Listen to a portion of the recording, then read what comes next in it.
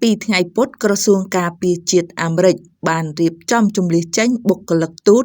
ដែលមិនមានតួនាទីចាំបាច់ពីទីតាំងមួយចំនួននៅទូទាំងតំបន់មជ្ឈិមបូព៌ានេះបើយោងតាមការអះអាងរបស់មន្ត្រីអាមេរិកនិងប្រភពជិតស្និទ្ធទៅនឹងការងារនេះតាមសេចក្តីរាយការណ៍របស់សារព័ត៌មាន CNN កាលពីថ្ងៃពុធបានឲ្យដឹងថាគេនៅមិនទាន់ច្បាស់ថាមូលហេតុអ្វីបានជាមានការបដូរជំហរភ្លាមៗនេះទេប៉ុន្តែមន្ត្រីក្រសួងការពារជាតិបាននិយាយថាទីបញ្ជាការកណ្ដាលអាមេរិកកំពុងតែតាមដានការវិវត្តនៃភាពតានតឹងនៅតំបន់មជ្ឈិមបូព៌ាប្រធានាធិបតីអាមេរិកលោក Donald Trump បានប្រាប់សារព័ត៌មានកាលពីថ្ងៃពុធថាបុគ្គលិកទូតកំពុងត្រូវបានជម្លៀសចេញពីព្រោះវាអាចជាទីតាំងដែលមានគ្រោះថ្នាក់ហើយអាមេរិកនឹងតាមមើលថាតើមានអ្វីកើតឡើងខណៈពេលមូលហេតុចំពោះការព្រួយបារម្ភផ្នែកសន្តិសុខនៅក្នុងតំបន់នេះនៅមិនទាន់មានភាពច្បាស់លាស់នោះការចាក់ចេញដែលបានគ្រោងទុកនេះធ្វើឡើងចំពេលមានការកើនឡើងនៃភាពតានតឹងរវាងអ៊ីរ៉ង់និងអ៊ីស្រាអែលនាពេលថ្មីៗនេះស្របពេលដែលរដ្ឋការរបស់លោកត្រាំបន្តចរចាឲ្យមានកិច្ចព្រមព្រៀងនុយក្លេអ៊ែរជាថ្មីជាមួយនឹងប្រទេសអ៊ីរ៉ង់លោក Pete Hegseth រដ្ឋមន្ត្រីការពារជាតិអាមេរិកបានអនុញ្ញាតឲ្យមានការចាកចេញដោយស្ម័គ្រចិត្តនៃសមាជិកគ្រួសាររបស់មន្ត្រីយោធាដែលកំពុងបំពេញភារកិច្ចនៅទូទាំងតំបន់មជ្ឈិមបូព៌ាមន្ត្រីការពារជាតិបានអះអាងថាសុវត្ថិភាពនិងសន្តិសុខរបស់បុគ្គលិកដែលកំពុងបំពេញភារកិច្ចនឹងក្រុមគ្រួសាររបស់ពួកគេនៅតែជាអាទិភាពខ្ពស់ហើយទីបញ្ជាការកណ្ដាលអាមេរិកកំពុងឃ្លាំមើលការវិវត្តនៃភាពតានតឹងនៅក្នុងតំបន់មជ្ឈិមបូព៌ាឧត្តមសេនីយ៍ Michael Kurilla មេបញ្ជាការទីបញ្ជាការកណ្ដាលអាមេរិកបានពន្យាពេលផ្ដល់សក្ខីកម្មដែលលោកគ្រោងនឹងធ្វើនៅចំពោះមុខគណៈកម្មាធិការព្រឹទ្ធសភានៅថ្ងៃប្រហ័សនេះដោយសារតែភាពតានតឹងនេះបើតាមការលើកឡើងរបស់មន្ត្រីក្រសួងការពារជាតិម្នាក់ក្រសួងការបរទេសអាមេរិកក៏បានត្រៀមបញ្ជាឲ្យបុគ្គលិកមិនមានភារកិច្ចចាំបាច់ចាកចេញពីស្ថានទូតអាមេរិកប្រចាំនៅប្រទេសអ៊ីរ៉ាក់បារ៉ែននិងគុយវ៉េតផងដែរដោយសារតែមានហានិភ័យផ្នែកសន្តិសុខកាន់តែខ្លាំងឡើងនៅក្នុងតំបន់នេះបើយោងតាមការអះអាងរបស់មន្ត្រីអាមេរិកផ្សេងទៀតនិងប្រភពដែលស្និទ្ធទៅនឹងរឿងនេះប្រភពដដែលបានបន្ថែមទៀតថាអគ្គកុងស៊ុលរបស់អាមេរិកនៅតាមតំបន់ផ្សេងទៀតនៅក្នុងប្រទេសអ៊ីរ៉ាក់ក៏នឹងបញ្ជាឲ្យបុគ្គលិកដែលគ្មានភារកិច្ចសំខាន់នេះចាកចេញផងដែរ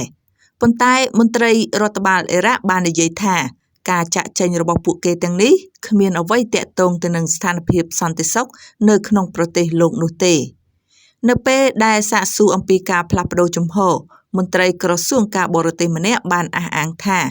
លោកប្រធានាធិបតីអាមេរិក Donald Trump បានបដិញ្ញានៅក្នុងការរក្សាសុវត្ថិភាពរបស់ជនជាតិអាមេរិកទាំងនៅក្នុងប្រទេសនិងក្រៅប្រទេសហើយអាមេរិកនឹងបន្តវាយតម្លៃអំពីស្ថានភាពរបស់បុគ្គលិកនៅគ្រប់ស្ថានទូតអាមេរិកទាំងអស់កាលពីល្ងាចថ្ងៃពុធនេះក្រសួងការបរទេសអាមេរិកក៏បានធ្វើបច្ចុប្បន្នភាពសេចក្តីណែនាំពាក់ព័ន្ធទៅនឹងការធ្វើដំណើរដោយបន្ថែមការចាកចេញរបស់បុគ្គលិករដ្ឋាភិបាលអាមេរិកដែលគ្មានភារកិច្ចបន្ទាន់ដោយសារតែភាពតានតឹងនៅក្នុងតំបន់លោកត្រាំធ្លាប់បាននិយាយថាលោកមិនសូវមានទំនុកចិត្តថាអាចសម្រេចបាននៅកិច្ចព្រមព្រៀងជាមួយនឹងប្រទេសអ៊ីរ៉ង់ដើម្បីទប់ស្កាត់មហិច្ឆតានុយក្លេអ៊ែររបស់ប្រទេសនេះនោះទេដោយលោកអះអាងនៅក្នុងបទសម្ភាសន៍ថ្មីមួយថាក្រុងតេអ៊ីរ៉ង់អាចនឹងពន្យាពេលសម្រេចលើកិច្ចព្រមព្រៀងនេះលោកត្រាំបាននិយាយនៅក្នុងបទសម្ភាសន៍ដែលត្រូវបានចាក់ផ្សាយកាលពីព្រឹកថ្ងៃពុធថាលោកហាក់ដូចជាមិនសូវមានទំនុកចិត្តអំពីការចរចានេះទេអ៊ីរ៉ង់ហាក់ដូចជាពន្យាពេលហើយលោកគិតថានោះគឺជារឿងដ៏អាម៉ាស់ប៉ុន្តែឥឡូវលោកហាក់មិនសូវមានទំនុកចិត្តច្រើនជាងការពីខែមុនទៀតទេសារព័ត៌មាន CNN ក៏បានរាយការណ៍កាលពីថ្ងៃពុធថាលោកត្រាំបានប្រាប់នាយករដ្ឋមន្ត្រីអ៊ីស្រាអែលលោក Benjamin Netanyahu ឲ្យឈប់និយាយអំពីការវាយប្រហារលើអ៊ីរ៉ង់នេះបើយោងតាមប្រភពមួយដែលស្និទ្ធទៅនឹងកិច្ចសន្ទនានេះមេដឹកនាំប្រទេសទាំងពីរបានជជែកតាមទូរស័ព្ទកាលពីថ្ងៃច័ន្ទក្រោយមកលោកត្រាំបាននិយាយថា ការសន្ទនាតាមទូរស័ព្ទនោះបានដំណើរការល្អនិងរលូនមែនទែនកាលពីខែមុនសារព័ត៌មាន CNN បានរាយការណ៍ថាសហរដ្ឋអាមេរិកបានទទួលព័ត៌មានសម្ងាត់ថ្មីដែលលើកឡើងថាអ៊ីស្រាអែលកំពុងតែត្រៀមវាយប្រហាររោងចក្រនុយក្លេអ៊ែររបស់អ៊ីរ៉ង់នេះបើយោងតាមមន្ត្រីអាមេរិកមួយចំនួនដែលស្និទ្ធទៅនឹងព័ត៌មានចារកម្មថ្មីនេះប្រភពចារកម្មពីររូបបាននិយាយថាអាមេរិកបានតាមដានជំហរយោធាអ៊ីស្រាអែលរួមទាំងសកម្មភាពអាវុធសម្រាប់វាយប្រហារតាមផ្លូវអាកាសនិងការបញ្ចប់សាមយុទ្ធកងទ័ពអាកាសផងដែរប៉ុន្តែក្រមមន្ត្រីព្រមានថាវាមិនច្បាស់ថាមេដឹកនាំអ៊ីស្រាអែលបានធ្វើការសម្រេចចិត្តជាចុងក្រោយឬនៅហើយថាមានការព្រមព្រៀងស៊ីជម្រៅនៅក្នុងរដ្ឋាភិបាលអាមេរិកអំពីលទ្ធភាពដែលថាអ៊ីស្រាអែលនៅទីបំផុតនឹងធ្វើសកម្មភាពរដ្ឋមន្ត្រីការពារប្រទេសអ៊ីរ៉ង់បានព្រមានការពីថ្ងៃពុធថាប្រសិនបើការចរចានុយក្លេអ៊ែរជាមួយនឹងអាមេរិកបរាជ័យហើយចំនួនផ្ទុះឡើងនោះអាមេរិកនឹងបង្ខំចិត្តចាកចេញពីតំបន់នេះឧត្តមសេនីយ៍តូអាស៊ីសណាស៊ីសាដេសបាននិយាយថានៅក្នុងសេណារីយ៉ូបែបនេះសត្រូវអាចនឹងជួបគ្រោះថ្នាក់ធ្ងន់ធ្ងរប៉ុន្តែលោកមិនបានបញ្ជាក់ថាសត្រូវនោះគឺជាអាមេរិកអ៊ីស្រាអែលឬថាទាំងពីរនោះទេ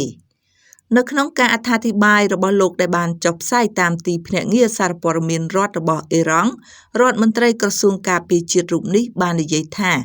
មន្ត្រីខ្លះមកពីភាគីប្រឆាំងបានធ្វើការអត្ថាធិប្បាយគម្រាមព្រមានពីចំនួនដែលអាចកើតមានឡើងនៅក្នុងករណីដែលមិនអាចសម្រេចកិច្ចព្រមព្រៀងនៅក្នុងការចរចារវាងអាមេរិកនិងអ៊ីរ៉ង់លោកណាស៊ីសាដេសបាននិយាយថានៅក្នុងករណីបែបនេះអាមេរិកនឹងគ្មានជំរើសអ្វីក្រៅពីការចាកចេញពីតំបន់នេះដោយសារតែមូលដ្ឋានរបស់ខ្លួនទាំងអស់ស្ថិតនៅក្នុងទីតាំងដែលយោធាអ៊ីរ៉ង់អាចទៅដល់ហើយយោធាអ៊ីរ៉ង់នឹងមិនមានភាពស្ទាក់ស្ទើរ